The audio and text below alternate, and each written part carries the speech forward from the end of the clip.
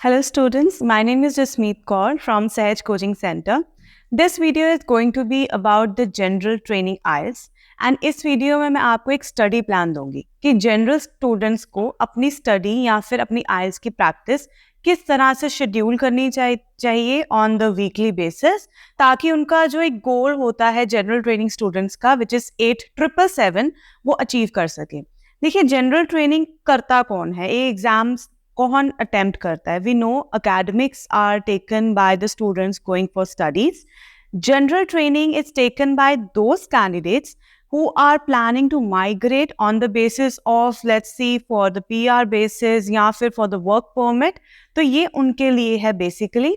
इसकी जो basic requirement है by the embassies, that is कि आपके पास minimum 2 to 3 years का work experience होना चाहिए and your studies is not that considered while you are actually applying for this test, और ये वाले के लिए आप वीज़ा के लिए लगा रहे हो।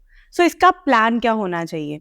सो अगर मैं एक जनरल नोट पे देखूं, जो बच्चे दूसरे स्किल कोर्सेज के लिए जा रहे हैं या फिर those who are getting work as a driver और अ ट्रक ड्राइवर और ऐसी किस फील्ड में जा रहे हो जहाँ पे you are working as a labour, तो आपकी वहाँ रिक्वायरमेंट होती है ओवरऑल 5.5 और किसी एक में 5 भी चल जाते हैं। लेकिन most difficult task to achieve in general training is to get 8777। अब वो 8777 हम अचीव कैसे करें? So firstly there are 4 modules: listening, reading, writing and speaking.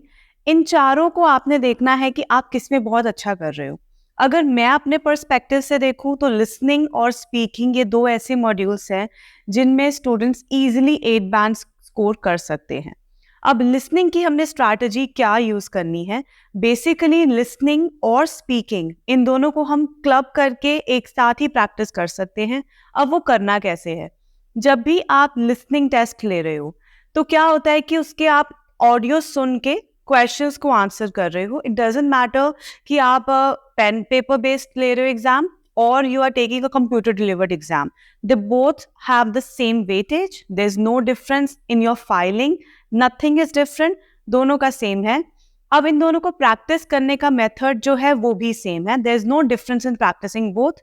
सिर्फ डिफरेंस है आपका एग्जाम डिलीवर करने का मेथड, विच इज पेपर में you are writing the answers on the sheets और कंप्यूटर डिलीवर्ड में you are typing in the answers on the screen. तो इनको प्रैक्टिस कैसे करना है? What you need to do is at least in a week आपको दिन में 2 से 3 लिसनिंग्स करनी है। मतलब आप पूरे वीक में लेट्स से 6 डेज, तो 6 डेज में आप nearly let's see from 12 to 13 और 14 लिसनिंग्स पूरे हफ्ते में आपको करनी है। तो अगर आप ऐसे प्रैक्टिस करोगे, इससे आपको क्या बेनिफिट होगा? फर्स्टली आपकी जो लैंग्वेज की अंडरस्टैंडिंग है वो एनहांस होगी। सेकेंडली, जब आप ऑडियो सुन रहे हो, you are getting the knowledge of sentence structures, you're getting the knowledge of the words and vocabulary words, साथ ही साथ आप expression सीख रहे हो from the speaker कि एक certain type of sentence या एक certain type of word बोलना कैसे है। तो उस वे में आप स्पीकिंग की भी प्रैक्टिस कर रहे हो और आप लिसनिंग की भी प्रैक्टिस कर रहे हो। So that is a 2-way approach. अब क्यों जनरल स्टूडेंट्स के लिए लिसनिंग अटेम्प्ट करना डिफिकल्ट है? बिकॉज पहले तो you have been away from your studies from quite a long time. आप इस शेड्यूल में नहीं हो कि आप वो लर्निंग पैटर्न में नहीं हो, you are just in the pattern of practical work and doing your work on the daily basis. तो उससे इसीलिए ये प्रॉब्लम आती है कि वो अचीव नहीं कर पाते हैं अपना गोल। तो जब आप अपनी एक डेवलप कर लोगे अपनी mentality that this is the time where you need to be a student and not to be the master of everything, तो अगर आप एज अ स्टूडेंट इसको प्रैक्टिस करोगे तो आपका score is not going to be very difficult to achieve. तो listening और speaking में 8 बैंड प्रैक्टिस ऐसे करनी है। अब लिसनिंग की तो हमने डेली जो है ऑडियो सुन के आंसर्स करके वो अंडरस्टैंड कर लिया। साथ ही साथ आपको लिसनिंग के हर एक पार्ट को भी अंडरस्टैंड करना है कि वो एक जो पार्ट है उसमें किस तरह का क्वेश्चन टाइप आ रहा है, किस तरह की ऑडियो सुन रहे हो। जैसे कि पार्ट 1 इज अ कन्वर्जेशन, जो कि सोशल एनवायरनमेंट में है, in which you are filling in a form, या फिर आप कोई भी एक ऐसा एक सर्वे के लिए आप कर रहे हो, कोई भी ऑडियो सुन रहे हो जहाँ पे आपके पास 2 ऑडियोज होती हैं। और फिर सेकेंड पार्ट में इट्स अ मोनोलॉग और अ गाइडेड मोनोलॉग। मोनोलॉग होता है जिसमें सिर्फ एक पर्सन बोल रहा है, और गाइडेड मोनोलॉग में भी आपको आंसर तो एक ऑडियो ही देगी, लेकिन उस पार्ट का जो बिगनिंग है, ओपनिंग है, वो 2 ऑडियोज देती है। Third part is a conversation in an academic setting. अब इसमें आप 3 से 4 ऑडियो सुन सकते हो। And the fourth part is again a monologue, जिसमें आप लेक्चर या रिपोर्ट सुनते हो। बाकी लिसनिंग की आपको अगर ब्रीफ चाहिए लेआउट, तो इस चैनल पे there are many videos on IELTS listening, you can go and check, जिसमें मैंने हर एक पार्ट की अटेम्प्ट और कैसे क्वेश्चन टाइप होते हैं वो मैंने आपको डिस्क्राइब किए हैं, so you can check those out.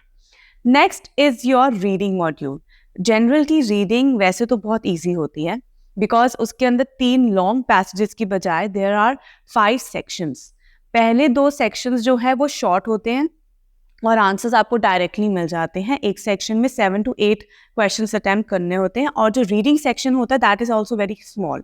तो पहले 4 सेक्शन ईजी हो जाते हैं। थर्ड सेक्शन भी ईजी है, लेकिन उसको अटेम्प्ट करना इज डिफिकल्ट बिकॉज वो लेंदी हो जाता है, because out of those you will have to solve at least 10 to 12 questions. अब इसको अटेम्प्ट करना के लिए तरीका क्या है? हमेशा पहले आप लास्ट सेक्शन को सॉल्व करोगे, फिर आप पहले 4 को सेक्शन को सॉल्व करोगे। वाई? बिकॉज आपका टाइम मैनेज हो जाएगा। अब अकेडमिक के लिए 40 question in 3 passages is something attainable, but if I talk about general students, तो जनरल स्टूडेंट्स के लिए डिफिकल्ट क्यों हो जाता है टू अचीव दैट स्कोर? तो इसके साथ साथ I am going to picture that band score on this side, तो आप वो देख सकते हो difference.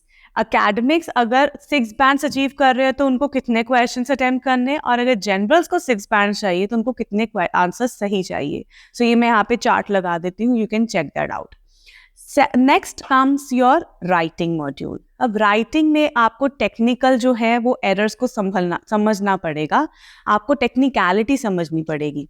Task 1 is your letter, जो 3 टाइप्स के लेटर होते हैं, and task 2 is an essay writing, और ये essay writing is more factual based and personal experience based rather than the points which academics are writing. Academic तो straight forward लिख देते हैं, लेकिन general students को अपने essays को ज़्यादा straight forward रखना पड़ेगा, अपने opinions को justify करना पड़ेगा by using the real life examples and also the facts. जितना आप अपने पर्सनल इंटेलिजेंस को अपने ऐसे में डिपिक्ट करोगे, आपको उतने ही अच्छे स्कोर्स मिलेंगे from the examiner.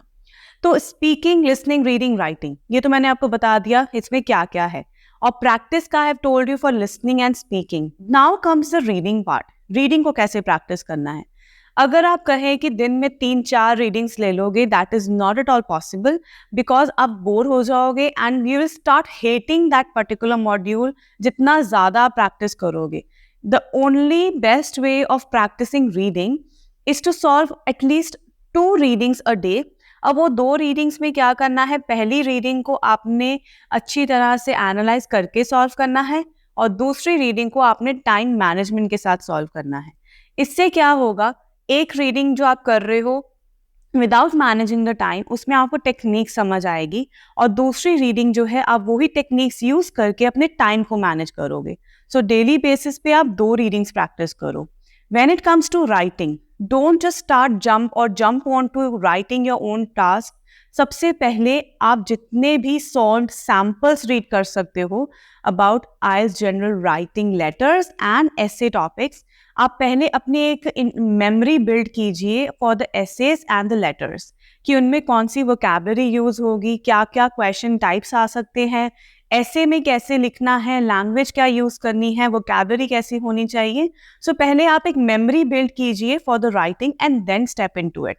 I have seen many students जो पहले दिन ही कहते हैं कि we can write the letter very easily, लेकिन again I am telling you, scoring a 7 in general IELTS writing is not everyone's cup of tea, but you can get that, you can attain that score अगर आप उसकी तरह सही direction में जो है अपनी प्रैक्टिस कर रहे हो।